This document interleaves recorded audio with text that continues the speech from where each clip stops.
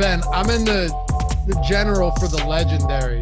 Same. It's like a 12,000 collector score, but the other one, I'm assuming I'm in both. What about you? Oh, there's two? There's two drops. There's the rare and the legendary. I didn't even look at the second one. No, I don't know. It's going to be minus EV anyway. Story of my life. Did you see my NFL all day pack? Did you see what I got? How come you're in there? I got the beta testing. I got it. My Just get the pack, check I know we're mark on live. Twitter. You guys will appreciate this. All right. I got, this is a $50 pack. All right. The premium one was like $250. This is a $50 pack. I missed the queue on this, on the legendary one. I had Russell Gage, Laquan Treadwell, and Tyrann Mathieu. I mean, 2 or 3 are 2 of my favorite players. Just shit, man. Anyway, what's going on, everybody? Welcome to the Awesemo.com NFL strategy show. This is Tuesday night football. Okay. We're not going to come at you with Sunday week 16 yet. There was some strange titling issues. It happens. We fixed it. Tyler got it under control here. This show every week is scheduled. So in advance, the titling's done in advance. So if you're coming in here and you're expecting week 16, this is Tuesday night football. This was an impromptu show. We didn't intend on doing this, but ever since those games got moved, because teams can't control their stuff, because of all this other nonsense, we're talking 2-game Tuesday night football. And I'm happy. I'm happy to have 2 games. The only thing that sucks is they're both at the same time. But anyway, let's dive into it. Spencer, thank you. I am feeling better. I'm not 100%, but I'm feeling a little bit better. I'm Dave Loughran at Loughy_D on Twitter. For those of you podcast listeners, it's LOUGHY_D, along with Ben Rasa at JazzRaz DFS and Jordan Vanek at Jordan Vanek DFS. I'm not the only one feeling less than 100% today, but you're with us, man. You're a strong fella hanging out. You didn't want to miss this show. No, it's the first time we get to, do a strategy show with all the data in front of us together. This is a good one. I mean, your Eagles get to play tonight. I'm sure you're so happy this game's on Tuesday, so you can look right into it. Sure, you're not upset that this game got moved from Sunday. It's cool that it's Tuesday, but the Eagles objectively got screwed. I agree to that. The NFL, the whole rule and all this nonsense, like either test everybody or, as you would say, don't test everybody. Test them if they're symptomatic, man. Listen, people are coming around. People are coming around the Loughy's way of thinking, and I can appreciate it. Ben, what's good, brother? How you feeling today? I feel great. I'm definitely the healthiest of the trio here, no doubt about it. Things are good. I'm in a, knock on wood, a really good groove, more on the betting side than anything else. Hit that same game parlay that we did on Awesemo odds yesterday for the VOD, doing a little work in college basketball. So I'm excited we get 2 more games here. It's always nice when you're feeling good to get more and more NFL on the plate. You gonna have some action on this one? So these games are obviously, it's difficult. We're going to get into it. I'm very interested to see what you guys have to say, just because it's hard to, you can see who's missing, but you've never had a situation where teams are missing like full units. Like yesterday, for example, they're like, oh, the Bears are without their secondary. Like, what? What does that mean? I mean, it's really hard to do that. But we've got some good looks here. Eagles 6.5-point favorite, Rams 7-point favorite. Pretty interesting slate to break down, even with 2 games. And I bet the Bears. I took the 7 yesterday. Look, I wasn't wrong about, I was wrong because they didn't cover, but not wrong about the fact that the Vikings just aren't a very good football team either. You had your chances and then some, that's for sure. Yeah. The Mooney one, the 3 of us talked about it before the show. Refs kind of copped that one out. Looked like he was in. You said he might have bobbled it at the end, but they had multiple opportunities towards the goal line that they just failed to convert. And then they scored. I would have at least pushed, but they never kicked an extra point. If you saw that. I did see it. Yeah, it was a tough scene. Like I said, it felt like the Bears had 5 drives in a row where they got down there and then they just downs occurred. So, they were going for it a lot, and it was hard to say that wasn't the right side. I didn't bet that game, but tough game to not cover. Matt Riley, you best believe I would have been saying this well before I ever had COVID. All right, pal. Ben knows this. So all too well. Look, I take it seriously. I'm not saying that. Justine and I, we're doing COVID tests before we go see anybody on Christmas. I think that's the prudent, right, and safe thing to do, going around family, right? You know what I mean? But yeah, I don't take a test before I come into work every day. Now I'm just trying to raise some eyebrows. I'm kidding. Look, let's not get antagonistic here. We're here to talk football. I just don't want the league to end. The NHL just took a week off. I know. Saw that much. And I don't know what's going on with the NBA. It's all right. We'll keep everybody safe. Everybody will be okay. And we'll talk a little NFL today.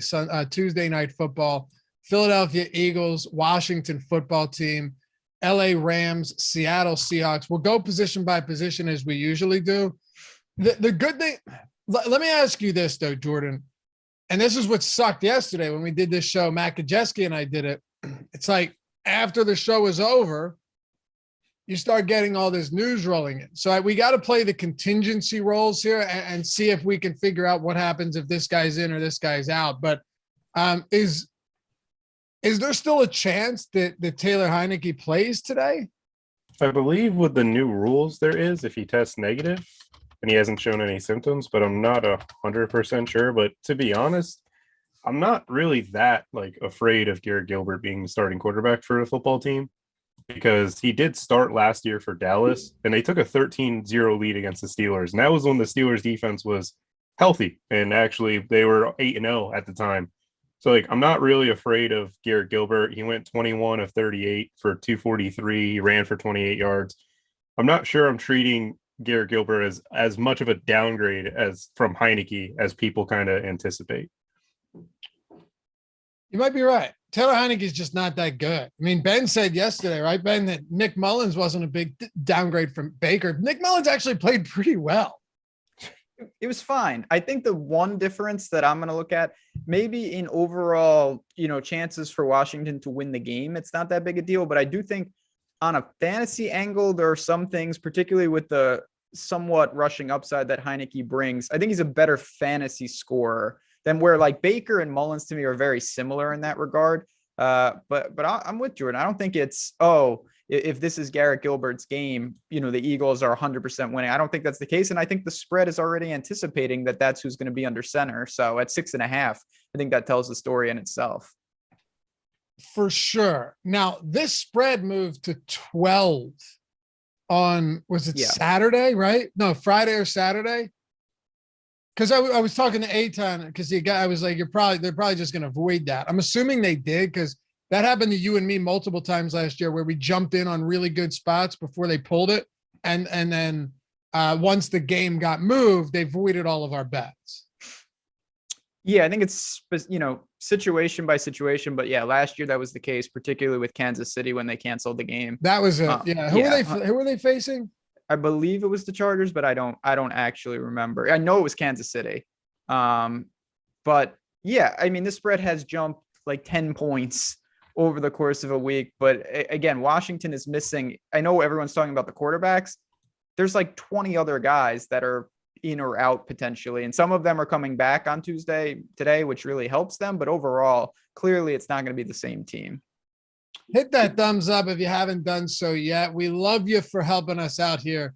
If you enjoy the content, you want to see more, only takes a single second to smash that thumbs up and subscribe to the channel. Alex Baker would be thrilled. We are at 69,000 likes, nearing our way to his coveted 69,420. I'm trying to hit 70K though. And I think we get there very, very soon. Thanks to you guys hanging out with us every single day of the week. And if you want to join, hit that join down below the thumbs up button. You don't want to? No big deal. You want to? We'd love to have you part of Team Awesemo here. Get the custom emojis, the badges. You get the free super chats each month, the shout outs, and always prioritize your questions along with all of our premium Discord members. So that's it for me. Let's dive into this, starting at the quarterback position. Jordan, and I should point out too, when we do this show for a main slate, we have a run sheet and we do like high price, mid price, low tier, so we can separate them a little bit and categorize it. There's the only high price player on this entire slate is Cooper Kupp. And if this were another week, you would think surely that Matthew Stafford would be a little bit more expensive than he is, that Jalen Hurts would be a little bit more expensive than he is. But these two guys for me, and correct me if I'm wrong, we will talk tournaments too, where someone like Russell Wilson comes into play. But just on an overall expected fantasy points basis, Stafford and Hurts have to be the clear top options, right? Yeah, no, they're definitely the clear top options. Our projections have them much higher than Wilson and Gilbert on just a baseline projection. And Stafford throws the ball at such a high rate, especially in the red zone. And then Jalen Hurts, just the cheat code for fantasy because of his rushing upside. If you're playing cash, I don't see any reason to get away from Stafford or Hurts. But in large field tournaments, with the projected ownership of 15% for Russell Wilson, I have a lot of interest into him just because we don't even have to decide whether it's Tyler Lockett or DK Metcalf as of right now. We could just be playing DK Metcalf with no Lockett in the lineup and pair him with one of the cheaper options, which we'll get down to later. But I'm not trying. I'd like Garrett Gilbert to not make this offense any worse than Heineke did, but no interest in him in these tournaments with no real pay-up options. Brian says Reese's Puffs or Cinnamon Toast Crunch. He's asking Ben, but I'm answering that question. Go ahead. Reese's Puffs are the greatest thing ever. That's what I said. Okay. I mean, I said I'm not a cereal person. I know. But it would be the first one. I love Reese's Puffs. I like Cinnamon Toast Crunch too. That's my I told you, like, I really cut sugar out, but a bowl of cereal at night, got to do it before you brush your teeth though. You get into some trouble otherwise. A bowl of cereal at night, like a Reese's Puffs or a Cinnamon Toast Crunch, maybe a Frosted Flakes. Sometimes go basic with a Special K or something. Can't beat it. Special K. It's actually pretty good. Crispix. I wouldn't know. Really? Not a cereal guy at all. When's the last time you ate cereal? 10 years. Wow. Okay, Yeah. not me, man. First of all, it's hard to have cereal when you just like, how would I have it? Because like, you're not going to go out and order cereal. I don't have cereal in the house or milk. So like, it makes it a lot more difficult. Jordan, if you're surprised at what's going on right now, Ben's 3 meals a day, this is what he's alluding to, are all ordered out every single day of the week. Okay. So I think he said he tried making eggs during COVID quarantine and almost blew up the house. I'm surprised, but then when realizing Ben, it's not surprising at all. I feel like It's a fair point. Very fair. You eat cereal, Jordan? Yeah, I mean, not often, but definitely I like time to time. Reese's Pieces or Reese's are my favorite in general, like candy or anything. So their cereal is just fine. Can't go wrong. No. Oh my God, Laws says Apple Jacks is a sleeper. Yeah, Apple Jacks is phenomenal, man. Just can't, like, the Fruity Pebbles is a bit too much. There's certain things that are a bit too intense, but and Reese's Puffs says they can't go wrong. Oh, that's good. Bobby says my favorite cereal is Boofing Adderall. That's solid. I mean, you know what? Bobby was all over Gabe Davis, so Bobby gets a little longer leash with his antics today. Congrats to him. He was all over Gabe Davis on Sunday. He nailed that one. All right. Yeah, and look, everybody knows this cereal is delicious and people should eat cereal frequently. But if you don't, Ben, it blows my mind that you would say, how would I have cereal? That's a 30-second process, minute tops. So you're not cooking a meal. No, it's not like I couldn't do it, but why? Like instead of having cereal last night, I had a good chicken parm wedge while I watched the game. Like I'm like a midnight cereal guy, which is so not good for you. Yeah, I don't eat that late at night practically ever. You shouldn't. I've cut that out because you wake up just not feeling great the next day. I already wake up not feeling great, so maybe it wouldn't matter. All right. If you did drink milk, what % would it be? 2. I don't drink milk. Low fat milk. Okay. I'm a 1%. I take occasionally when I'm at breakfast, I'll take like a little shot of the cream, just get you going. You're joking, right? No, I do that occasionally. I believe it. You and Matt Gajeski just need a show about just the obscure things in life that you do. 1% for me. Give me the low fat milk, not skim, not 2. Give me the 1%. All right. I don't know why we got off track there. Blame it on whoever asked you that question. Brian, I guess it was, or Brain. Does it say Brain or Brian? It was Brian, right? Yeah, Brian. I hope it's Brian. Hey, that's okay. You would call yourself Brain. I'm fine with that. All right, let's talk about the rest of these, Ben. Stafford and Hurts, obviously the top. Which one do you like between the two of them?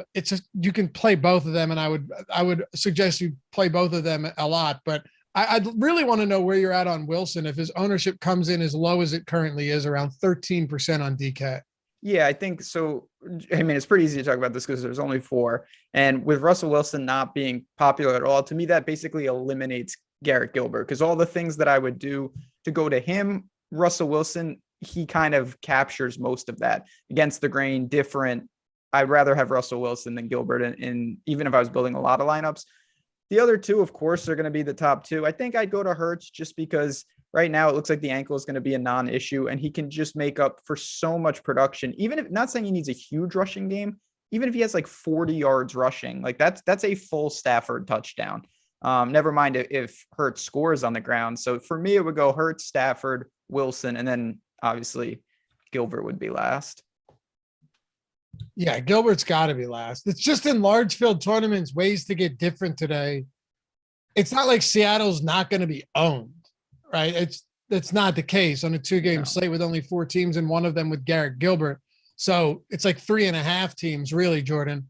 But another thing too is there a potential that Tyler Lockett plays? I don't know if he can play. I believe he should be able to. It's just like these news. If that happens, I assume Wilson's projected ownership is going to go up and it's going to be kind of even across. I feel like Stafford will still be the top dog, but I could see Wilson taking a little bit from Hurts and as well from Stafford. I would be less inclined to play Wilson if he starts to mirror Hurts' ownership. Well, that's why this is kind of a mess, though, right, Ben? Like Lockett was placed on the COVID list on Thursday, so it's possible, but we have really no idea until a little bit later in the day. Hopefully, we'll find out sooner than later. But if you've got guys like Lockett and Metcalf, that opens things up. Or you go with Metcalf and Swain, and then you run it back with like Kupp and Jefferson or Beckham. I mean, I could honestly see going with a full out mega stack of this second game. And if you went with Wilson, it could make things a whole lot more interesting. Oh, yeah. I mean, today realistically is more about lineup construction than who you play. I firmly believe that on a 2-game slate, kind of like Showdown, where, you see weird stuff happen. And here I think that with 2 games, all it takes is one team to get shut out or one team to have some weird thing happen, and it changes the entire course of it. So a team like Seattle, where we just have to wait and see. But I think all you need to do is just really plan for different scenarios, and then you're covered. If Lockett plays, here's what we do. If Lockett sits, here's what we do. And then you've got a couple of different avenues that you explore from a lineup construction standpoint. Yeah, look, at this rate, I'm just wondering what value you have in heavily targeting Washington, Philadelphia.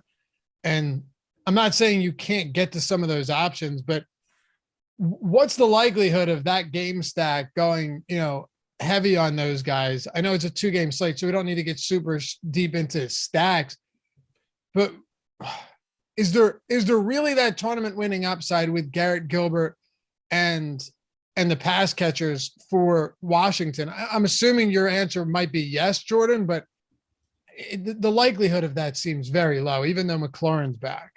No, I don't really. Again, there's not many players to pay up for. So I'm assuming in Garrett Gilbert lineups, you're still going to have a ton of salary left over. I think what Garrett Gilbert brings is the fact that like Terry McLaurin is very playable to me, just because of the fact that I've seen Garrett Gilbert get CeeDee Lamb the ball, saw him get Amari Cooper the ball with Dallas. He's not great, but with Terry McLaurin's ownership, I think it just makes them more viable as a team, because people are kind of coming in and just avoiding Washington as a whole, because they could easily get shut out by Philly in this one, especially with their guard Brandon Sheriff getting put on the IR, who is one of the all pros in the league. They're down to like their third center. There's a lot not good in Washington, but again, I just think that he's productive enough that you don't have to fade some of their players on the running back, tight ends, receivers. Washington, this is amazing, Ben. Okay. Why have you looked at our top stack tool yet? I haven't. 4 games or 2-game slate. So understand. What do you think Washington's top stack probability is? 12%. 1.6. I think that's a little much, but man, it just speaks to what we're talking about. Exactly. That's why I wanted to ask you about it. The thing about this, and I think Jordan alluded to this, so there's a very real way that Garrett Gilbert has a big time game and like 3 of his receivers are in the optimal, but you leave so much salary, he still has to raw points outscore Hurts and Stafford. So like, I think there's actually a lot of scenarios where Washington is really useful, but it's just like Garrett Gilbert's probably not going to give you much on the ground. And if Jalen Hurts has a big game, you might have an optimal lineup where it's like all Washington receivers, but he has to be the actual highest scoring quarterback, most likely, because when you use him, you're not going to be able to use the rest of your salary. So you're not getting any additional points by leaving that money on the table. He actually has to outscore the guys ahead of him. And I think that's a really tough ask tonight, regardless of how they play. So do I. Very much so. And I want to ask you one more thing before we move on to running backs. If you're going with the Jalen Hurts route, right, with Seattle and the Rams, we know it's Metcalf, Lockett. If he plays, if Lockett doesn't play, you love Metcalf. I think Freddie Swain becomes a very solid value option, because despite the very concentrated target share in Seattle this year, he still is the wide receiver 3, would be the wide receiver 2. And it's not like their tight ends are all that imposing either. And then with the Rams, you know exactly what to do with Stafford. Are there any ways you want to get creative with the Jalen Hurts, if you're playing him at quarterback? I mean, so I think when you have 2 games, there's not that many ways to get creative. I think the most creative way to do it would be to just say, there's a non-zero chance that for some reason, all the Eagles touchdowns are Jalen Hurts on the ground. And I'm going to use Jalen Hurts by himself and stack the Washington receivers with him. I know that's not correlated at all, but if you're trying to be different, there's not that much you can do. So I do think Jalen Hurts is the one wild card. He could have a big game and nobody else from the Eagles could get there. And you can't say that about the other quarterbacks. Lil COVID Toast says, is there a worse quarterback in the NFL than Trevor Lawrence? Is there, starter? I don't think he's that bad, but maybe I'm wrong. I don't think he's that bad. I mean, like people are like, oh, Urban gets fired, they're immediately going to fix their offense. Urban got fired like 3 days ago. It was a dumb narrative for sure. Yeah, it's just, I mean, Darrell Bevell has gotten fired multiple times and never really led a great passing offense. They ruined his development this year. I'm just interested to see what happens next year. Lawrence is also a rookie, so you got to give him somewhat of a pass on a poorly coached team with a guy who's kicking his players. Cam Newton. You know what it is? Did you see that pass from Cam Newton the other day? That was a bad play call. Yes, it's a bad pass. I agree. That play call was awful. Yeah, they're not in good shape right now, but no, that was one. Trevor Lawrence, we'll see. Talk to me next year. Because it's not like it's funny because everyone adores Justin Fields. Justin Fields hasn't been good. He was just the guy that got slept on in the draft. The Panthers passed on him. So every single time he does something, it's like, see, this is why the Panthers should have taken Fields over JC Horn. I'm like, Fields would be playing with just as bad as an O-line and a poor coaching staff with us too. Yeah. There's 5. I think I could come up with a handful of quarterbacks that I think are worse than Lawrence. Yeah. But look at the whole rookie class this year. Zach Wilson, he's, I mean, that guy, not even though, again, I don't think you can judge any of them, but yeah, Cam, to me, Big Ben is not playing exactly lighting it up, but it's tough to judge that stuff. Obviously, it's very, very noisy. That doesn't even matter. He's a rookie. He's young. We'll see what happens next year. Then we can start really drawing conclusions. But Yahoo Fantasy, before we hit on running backs, I didn't even know about this the other day. Fortunately, Jordan or Tyler, one of these guys, told me about it as I was doing the read. You already know that if you sign up for Yahoo using the link in the description, or the one that Tyler's about to throw in the chat, or whoever in chat beats him, because that's been the new thing. I mean, you got guys that have cracked the code when it comes to what's that thing called? What is it? The bot? What's our night bot? Yeah, people have cracked the night bot code, so they're just getting it in there prior to our producers, really making them look bad.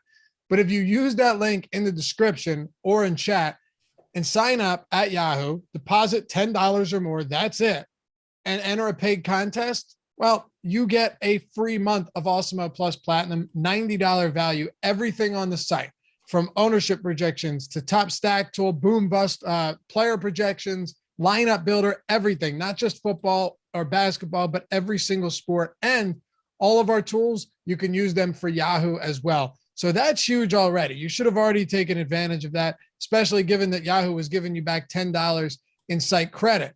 But now, a little Christmas action here, sweetening the pot even further, as if that was even necessary. As part of their 12 days of winning, if you use the promo code XMAS100, XMAS 100, all one word, no spaces, you get $100, up to $100 in a first match deposit bonus as well, which you can use in this week's Sunday $1 million everyone wins NFL baller contest. Only $1 to enter and $100,000 to first place. So use our tools. Get the free month when you sign up using the link. Use the promo code as well, XMAS100. Get up to $100. $100 when you sign up and deposit. And I mean, there you go. It's $190 right there that you are just getting it all back. You're getting it all back by depositing $10 and signing up with our link. So if you haven't signed up on Yahoo yet, do that. And I'll say what Ben always says in closing. Yahoo has some insane contest where the management fee, other sites may call it rake, is negative, like negative 25 management fees. The everyone wins, you're guaranteed to win. Ben, I don't mean to harp on it because it's a read and we actually have a show to do, but the difference in min cashing in the Sunday dollar million baller, the $20 one, the $1 million baller, the difference between min cashing that, which pays out 20% and also, or more than 20%, and also gives you 2 times your entry fee is huge in the long term. I can't even explain how big it is. I mean, the real truth of it is if you want to test it out, just play on both sites for a couple weeks and go back and review where your lineups finished and what happened. And you will quickly see there's going to be a middle ground where you won't cash on some other sites and you'll still double up your entry on a site like Yahoo. And that's not because of anything besides the fact that the site itself is padding the stats and padding the entry fees with that reverse rake. It is a huge bankroll booster. It's probably not going to happen forever. I mean, who knows what they're going to do, to be honest, but I'm going to try to take advantage as long as it lasts, because there's just not much better opportunities in a large field GPP than negative 20% management fees. No doubt. Go to yahoo.com, check it out, or use the link that we have in the description. Get in on that action and use our tools to win some money. All right, Tyler, move us to running back since we never moved us to Yahoo. It's all good, man. Running backs, Jordan. It's ugly, bro. You've got Antonio Gibson. Sonny Michel is priced up. I guess it was preemptively in the event that Henderson didn't play. And then Miles Sanders, but Kenny Gainwell, Howard, Boston Scott, they're all healthy. Darrell Henderson, and then your new lead back, according to Pete Carroll, who didn't even say he's the new lead back. He says he deserves to be the lead back, which is one of those instances where after the game when he gets 5 touches and they go, you said he deserves to be the lead back. And he says, he does. And they say, well, isn't that your decision? And he goes, there was nothing we could do about it today. That's just exactly what you expect to happen. What are you doing at running back here in the 5K and up range? I mean, when you look at like I always go into projected ownerships on 2-game slates. Antonio Gibson, 33%. He's the highest projected running back through the Awesemo tools. I love Antonio Gibson today, coming in as lower owned than Sanders and Darrell Henderson. I could see him being utilized more without McKissick in the passing game, with Garrett Gilbert starting. And then with the Rams against Seattle, Seattle's given up the most catches to running backs all year. But on top of it, they've given up 9 games where a running back has caught 6 passes. When Henderson has played, he's been much more utilized as a route runner than Sonny Michel. He ran over 70% of the routes. He got hurt in their first game when they played him, but they both were productive. So I think I'll be doing a lot of Antonio Gibson and Darrell Henderson at the top and just take the top 2 players at the position. Miles Sanders, I know he's fantastic. I just fear of Jalen Hurts taking over his rushing usage in the red zone and just him not getting the 20 carries like he did last time he was out there with Gardner Minshew and some of these other backs like Penny against the Rams. I'm not too much of a fan of with how good the Rams defense is. Ben, what about you? Yeah, I mean, I think naturally the ownership correlates to how I feel about these guys. Gibson, you know, his situation is the best of all these backs. And then you've got the Rams side, but, you know, as a healthy favorite at home. The Seattle situation seems like the worst just because of the matchup and whatnot, even with Penny. Then we've got our boy Miles Sanders in there who, you know, seems promising. Obviously, you've got Jalen Hurts. I think the Eagles, again, famous last words. Famous last words is right. They strike me as the team with the most variance in a lot of ways, just because of a mobile quarterback. They've got multiple backs. There's a lot of different ways that can happen. So on a slate like this, where you have to do something pretty outrageous, if you're talking about a large field tournament, pretty much anything is in play. If anyone's out there, it's kind of like showdown. Like, I don't think it's crazy to get to backup running backs, combining running backs from one team. All of these strategies are, you know, something you can do on a slate like this, as opposed to a main slate where you'd never do that.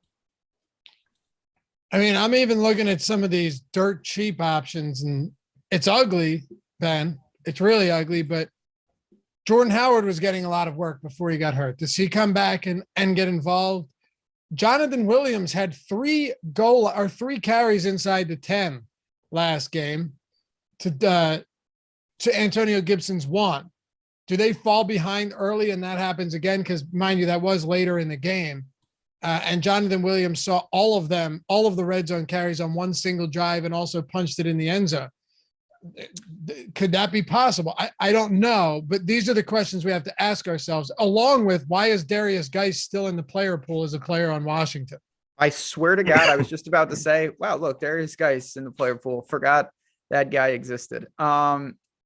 It's tough with Washington because you also have Jarrett Patterson there as well. Yeah. So it's just like, it's very hard to think that anyone garners a ton. But again, I hate to keep saying it, on a 2-game slate, something fluky could happen and you get 9 points from one of these guys. And it turns out that the permutation is actually very, very useful. So clearly you've got the guys up top.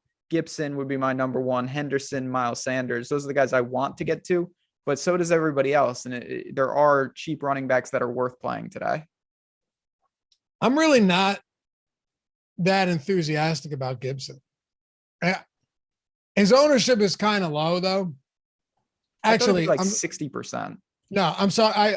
We had McKissick ruled in earlier and I hadn't refreshed yet. So that's got, what'd you say, Ben? I thought he would be over 50%. Hold on a second. Oh, even with McKissick out, we still have him around 33%. Yeah. Yeah, that's surprising to me. How much of Washington's defensive line is expected back? They got Jonathan Allen and Sweat back. Yep. Which is huge. Okay, yeah, it's big. But they did lose Sheriff for their offensive line, and you guys, obviously, Fletcher Cox and company are pretty damn good on that side of the ball. Yeah. I do like Sanders at that price. Henderson against Seattle at that price. But is it wrong to just say at this point, you just have to, it's to some extent, you just have to mix and match here? Yeah, no, I mean, I also think that with just looking at the highest price running back is $6K, like, don't worry about salary left over, like, at all. Just as long as your lineup construction builds to where you make sense, where you have your stack correctly, you have game flow kind of mapped out, just not caring about leaving 3K over if that's what your lineup build looks like. For sure. And where do we have Gibson projected at 15.5 DraftKings points, Sanders at 14.5. Henderson, we have quite a bit lower than both of them, which is kind of interesting. Penny, we don't have very high. So yeah, we are projecting Gibson the highest, but not far above Miles Sanders. And that's probably why, that's probably the reason that you're going to see ownership a little bit different, because he's over $1,000 more expensive. But so Ben, you said if you're not prioritizing, but if you had to take your number one running back, it would still be Gibson here. I think so. Yeah, I think that's reasonable. I wasn't sure how much of it, and COVID Toe in chat mentioned that he was benched last game. Yeah, I wasn't sure how much of that was they were playing just as a team very poorly and they fell behind. Because like I said, Jonathan Williams and Jarrett Patterson saw work in that second half, particularly in the fourth quarter, and Williams saw 3 carries inside the 10. That's significant. I don't think it's rational to assume that will be the case again today. I think if they fall behind early, it's a possibility, but I don't look at it as Gibson has lost his role as the lead back going forward. I think that's a very I think that could be an ill-advised way to look at it. Yeah, I mean, he missed a few blocks on Micah Parsons, but the Cowboys... Isn't everybody? Yeah, I mean, the Cowboys defensive line, when fully healthy, what they can do is unbelievable. They're just able to get after you in a multitude of ways with a guy that is supposed to be a middle linebacker that's just, playing DN like it's no problem, getting 10 sacks, whatever. But this Eagles front team's a little bit different, and he should be able to just stay on the field. I have no concern in that regard. Jay asked, did Loughy talk about Sanders yet? Briefly, I'll give you where I'm at on Sanders, and I'd love for both of you guys to break this backfield down too before we move on to wide receiver. I think it might be the most important spot among all running backs because of what we've seen in recent weeks, who's healthy and how often they want to run the football. So I still like Sanders today. I still think he outcarries everybody else. And on a 2-game slate as a touchdown favorite, I'm okay with that because he has that game-breaking ability. He hasn't done it much this year, but Sanders can still rip them off once he finds a hole. That's big on a slate like this. I worry, though, that the last game, Sanders had 24 carries, very solid performance despite not getting in the end zone before he got hurt. But Boston Scott, despite being active, was sick, didn't practice all week. They had no intentions of getting him in. Kenny Gainwell saw a little bit, but Jordan Howard was also out. Now that all of these guys are healthy, I think you will see at least Howard get worked in a little bit more. And I don't see Sanders getting to 20 carries. Can he get to 15 and a few targets? Yeah, absolutely. And that's enough for me. But I'm not looking at him as a straight bell cow today. Ben? I think that's reasonable, but again, on a 2-game slate, he's an incredibly high octane player. He's got for sure. So just on that alone, he's always going to be in play. I went to the prop market. I went over to Odd Shopper because I wanted to see what the books are anticipating. And I know a lot of props are being held because of the nature of the situation. But Miles Sanders has a prop of 55.5 rushing yards. We really like the over. I think it's a healthy number in general. So I feel pretty good about him. And again, the opportunity cost, you have to play 2 running backs. Sometimes you're going to even play 3 running backs. There's just not that many other guys to compete with him, even if he's not super effective. Yeah, for sure. Where are you at on this backfield, Jordan? It's the only, the big concern with me is the touchdown upside in the red zone. Because you look at Washington, they've given up 2 touchdowns over 20 yards or 23 and 24 yards this year on the ground. Other than that, every single touchdown's come inside the 10. And with Jordan Howard being back, Jalen Hurts being back, I just worry about his usage in the red zone because I could see him just not getting a carry in that regard, and Jordan Howard and Jalen Hurts taking the red zone usage. That's my only worry for him because he's still very explosive, and it's crazy because he's one of the running backs in football that you just wish got 20 touches a game. So, yeah, you're right. Miles Sanders, 75.5 projected rushing yards is where we have him today. Yeah, well over that prop, Ben. Yeah, one of the better values, and I get it. I think there's a lot of ways that comes to fruition. It could be a volume thing. Sanders always has the bailout, which is nice. He could have 8 carries today and still get over that number because he's just so electric if he gets in the open field. And that is part of the reason why I think he's going to make sense in a lot of different builds tonight. So what is this Odd Shopper giveaway we've got going on? I don't even know, to be honest. Tyler, I said it yesterday. It confuses me, but we're giving stuff away for free, and I want people to get an opportunity to do this. Okay, so I guess we're all just in the dark here. Well, Odd Shopper is free, so it's no. It's an Odd Shopper giveaway. We're giving away 5 free months of Awesemo Plus Platinum. I'm just not sure how. Do you have the link?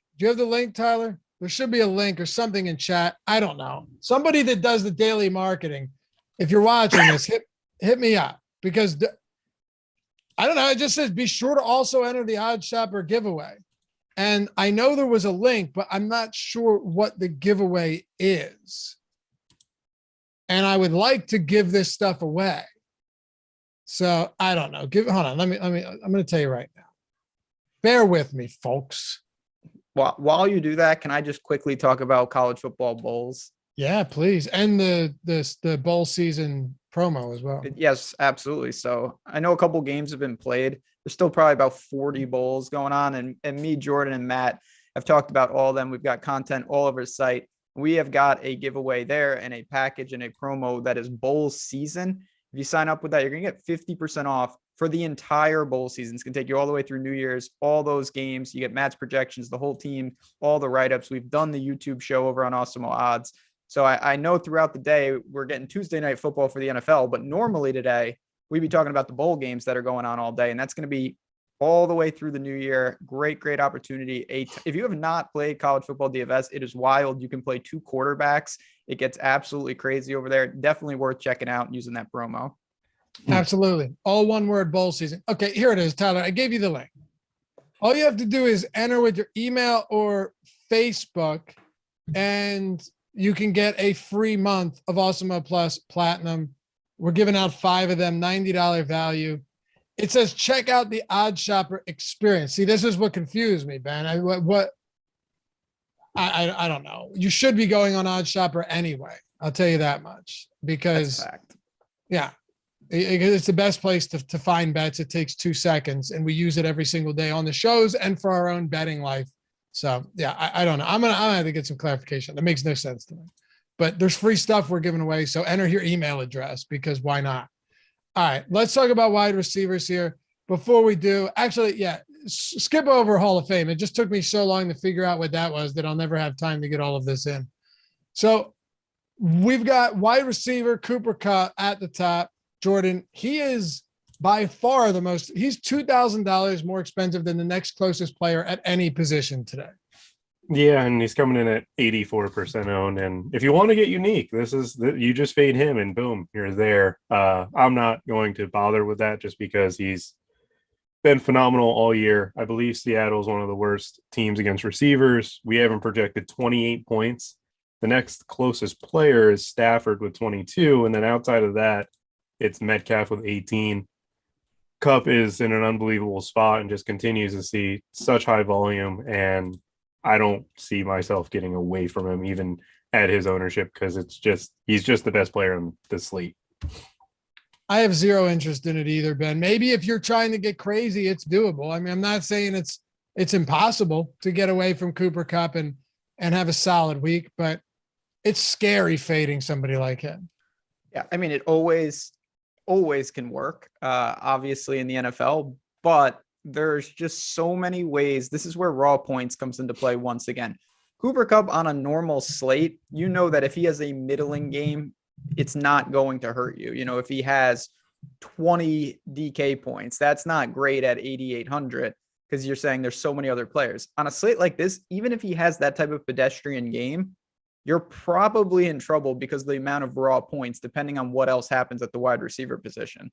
So that is where it's so difficult. Part of the equity for your fade is gone because of how much room he has to still be very pertinent. And if he has a big game, obviously there is no chance that you can win if you don't have him. That's a great point. That's a good point. Yeah. What's the worst game from Cooper Kupp that kills you on a slate like this? If you have it. That's what I'm saying. It's like, there's a lot of games during the year where he has like 2x in terms of his salary. And that's not great on a main slate. It's not going to get it done here. There's a chance that's still really, really useful because you're going 1v1s against other people, leaving 4K on the table. Cooper Kupp probably outscores them raw points wise still. So that's where it gets very dangerous to fade him. Yeah, it's a very good point. It is. It makes a lot of sense in that context. That's why when people go, I'll never fade somebody at this ownership, or I'll never play someone at this ownership. You have to fade them when they're this high owned.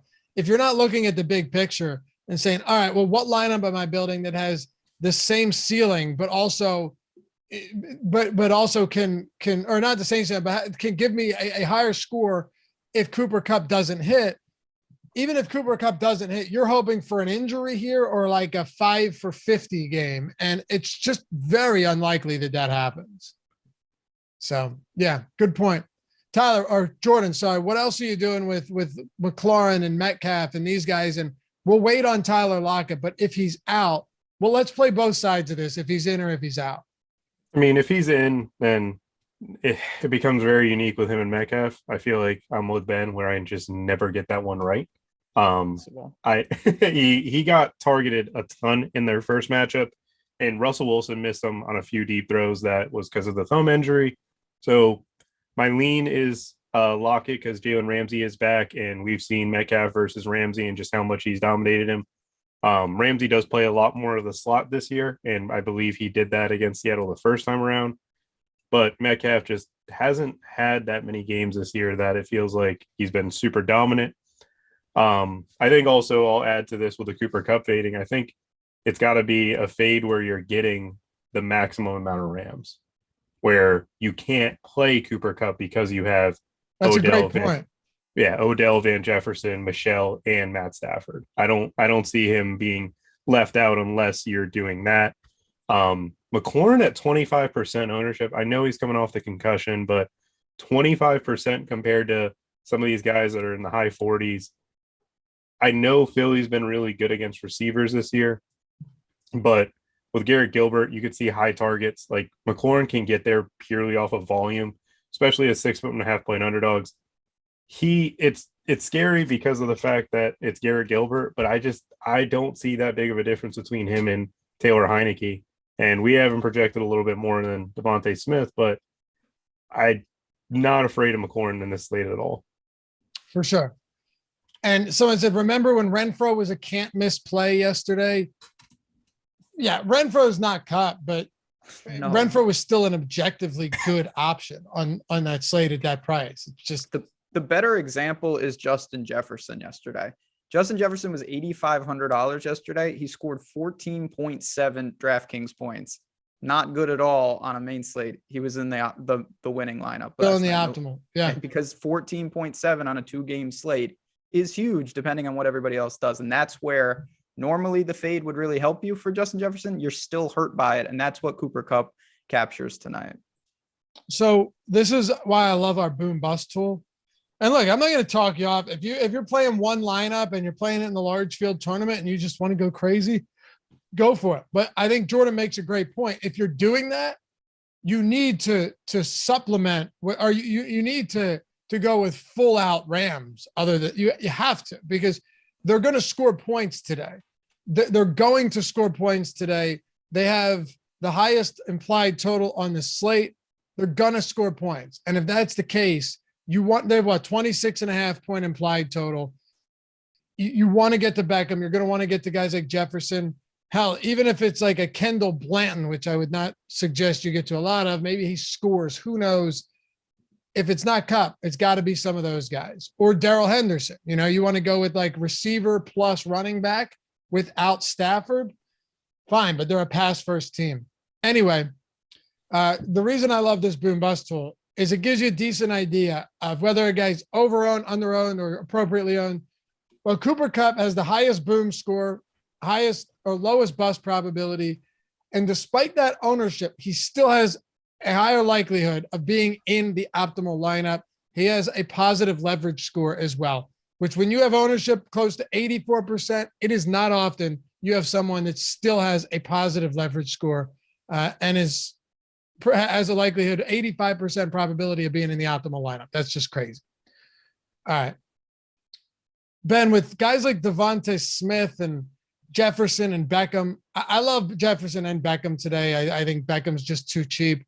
Devontae Smith, it's been a rough go lately, but with that secondary for Washington and his price point, you might just have to take some shots there because it gets ugly really, really quick once you get below Beckham. You're going to have to start looking at like Humphreys and Quez Watkins, and if Lockett's out, Swain's the obvious answer. But if he's mega chalk, then that's a bit of a risky proposition too. Yeah, I mean, the floors for these guys is non-existent, but obviously, again, on a slate like this, it's not going to take a ton. And with touchdown equity being so random at times, you're going to look to these mid-tier guys. I think Smith is totally fine. Certainly with the Eagles, if you want to be different, you could go to Quez Watkins or even honestly, anyone who's out there, even someone like Rager, who's almost guaranteed to not be useful. It's that kind of slate. And then you've got Washington. It feels like they carry 15 receivers on this team and they're all named Sims, which makes it even harder. But I don't know exactly how low I want to go. I'm hoping that I can maybe try to do something different with like double tight end rather than try to find like a flat 3K guy. I think it's pretty bad down here. Antoine says this is a Rams letdown spot. They're not going to cover, might even lose outright. Here's my thing.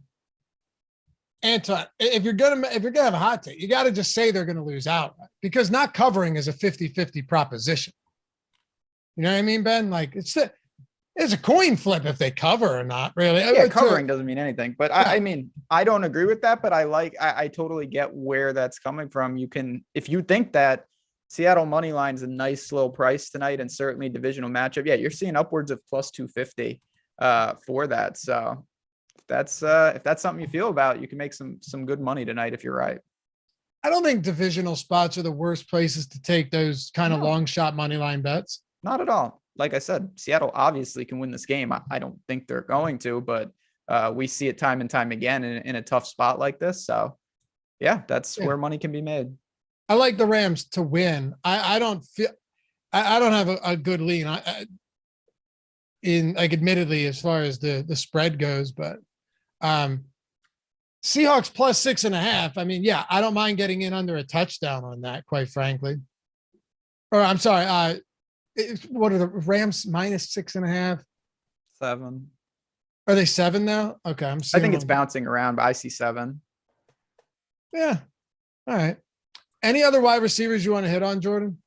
I mean, D. Eskridge, I think if Lockett is out, I know that Swain will take most likely Lockett's role, but Eskridge could take Swain's role and get into the 60% route run where you want him to be. And then I do like Quez Watkins.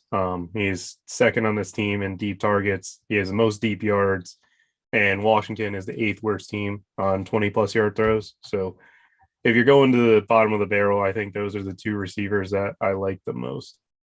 Okay. I just wanted to see if you could get him at 7 because 6.5 is not the number you're looking for. I was looking on OddsShopper just to see where the best spot was. Okay, yeah, there's a lot of 7s. You're right. There's 7s. Yep.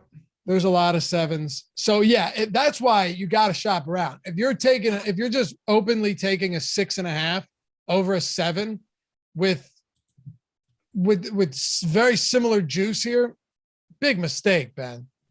101, betting 101. Yeah, I mean, that's if you're doing that, I can just say confidently, long term, you have no chance of making a profit. That's the easiest. It's simple.